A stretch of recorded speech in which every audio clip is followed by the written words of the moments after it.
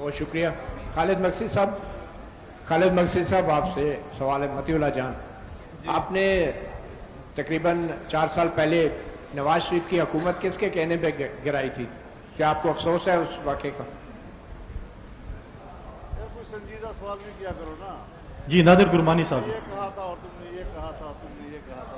آپ کو 1 منٹ ذرا میں جواب دوں گا. آپ کو یہ جو سوال کرنا ہے کس کے کہنے پہ, یہ کیوں آپ فوج کا نام نہیں لے لیتے ڈر کے؟ آپ کیوں ڈرتے ہیں؟ مجھے بتائیں آپ کیوں ڈرتے ہیں؟ بولے نا کہ آپ نے کیا فوج کے کہنے پہ کی تھی.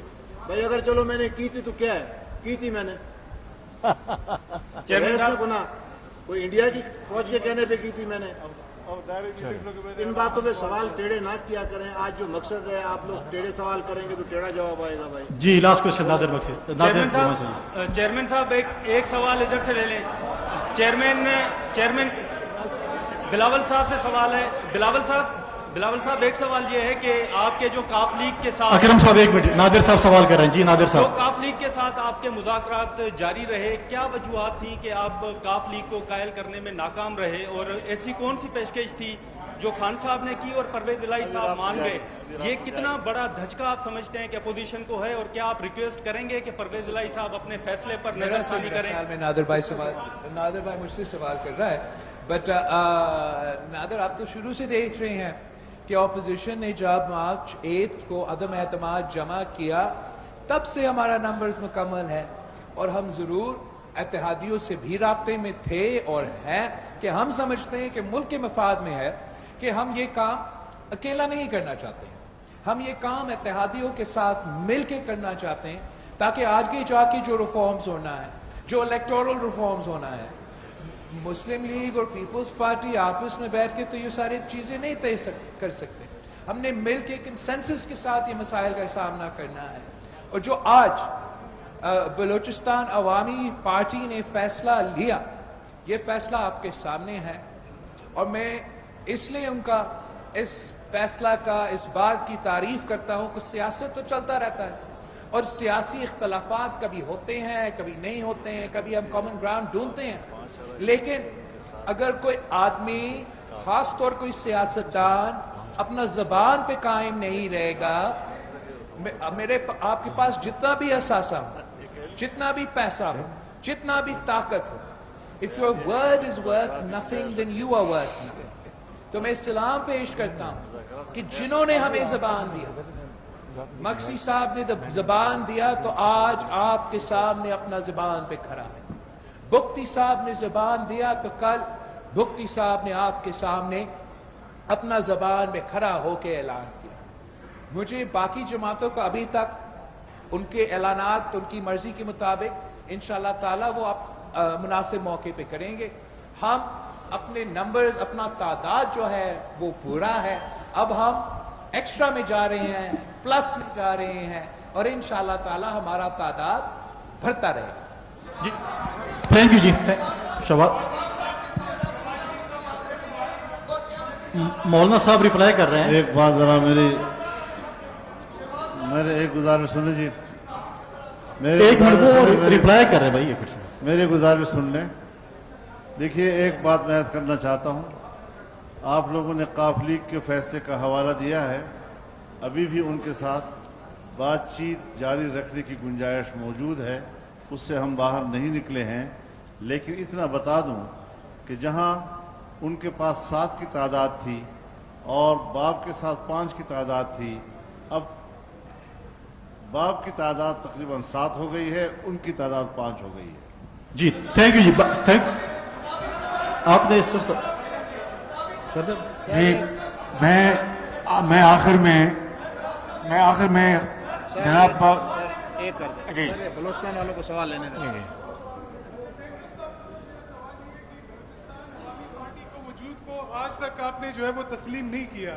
مولانا صاحب نے بھی جب بھی بی اے پی کی بات ہوئی تو انہوں نے کہا یہ سلیکٹرز کی پارٹی ہے, تو آج وہی بی اے پی کے اراکین جو ہے وہ آپ کے ساتھ بیٹھے, اس پر کیا کہیں گے؟ اس کا میں جواب دوں گا سر, پہلے میں دوں پھر مقصد صاحب ریپلائی کر رہے ہیں. اگر ان کو اپنا ہمارے بارے میں بات کی نا تو جی بات سنیں, میں پہلے آپ کو اپنا, آپ نے میرا نام لیا نا تو پھر وہ صفائی پیش کریں گے اپنی. ہمیں دیکھیں تسلیم نہ کرنا اختلافات کی بنیاد پہ نہیں کیا ہوگا، مگر یہ بار بار میں آپ کو سب کو عرض کرتا ہوں، دیکھیں آپ میرے بھائی ہیں، یہ آپ کا بھی ملک ہے، ہمارا بھی ملک ہے، پاکستان کی فوج بھی ہماری ہے. تاریخ میں جائیں گے، حالات کو آپ دیکھیں گے، پھر تو بہت عجیب حالات گزرے ہیں. ان چیزوں کو میری آپ سے ریکویسٹ ہے کہ آپ کو ایک اچھا ماحول ملا ہے. جب وہ سائیڈ پہ ہیں ان کو سائیڈ پہ بھی آپ لوگ نہیں معاف کرتے، جب وہ مداخلت کرتے بھی آپ ان کو معاف نہیں کرتے. تو میرے آپ سب سے عرض ہے کہ تھوڑی دیر کے لیے ان کو چھوڑ دیں. کس نے بنایا کس نے کیا، آپ یہ دیں کہ ملک کے حالات کیسے ہیں، ملک کے حالات ٹھیک کیسے ہوں گے. اگر فوج نے اتارا یا فوج نے لے کر آئے کیسے ملک کے حالات ٹھیک ہوں گے. آپ کا یہ سوال اگر ہو، آپ کو اگر جواب مل جائے چلو فوج لے کر آئی ہے، فوج اتارتی ہے، آپ کے دل خوش ہو جائے گا، مسئلہ حل ہو جائے گا. پلیز سوال وہ کریں جو با مقصد ہوں اور آگے چلنے کی بات کریں. بہت شکریہ. میں اختر مینگل دے دے جواب. مینگل صاحب سے آپ مطمئن نہیں اس جواب سے؟ میں دے دوں. چلو، یہاں پر جو ہم بیٹھے ہوئے ہیں یہ بھی تو کبھی ایک پیج پہ نہیں تھے نا. آج ہم سب ایک پیج پر آئے ہیں. ایک پیج پر ہمیں لانے والے حالات ہیں اور ان کو دعائیں دو جو ہمیں دل بر بنا دیا. جی بہت شکریہ آپ کا، بہت مہربانی اور بہت شکریہ.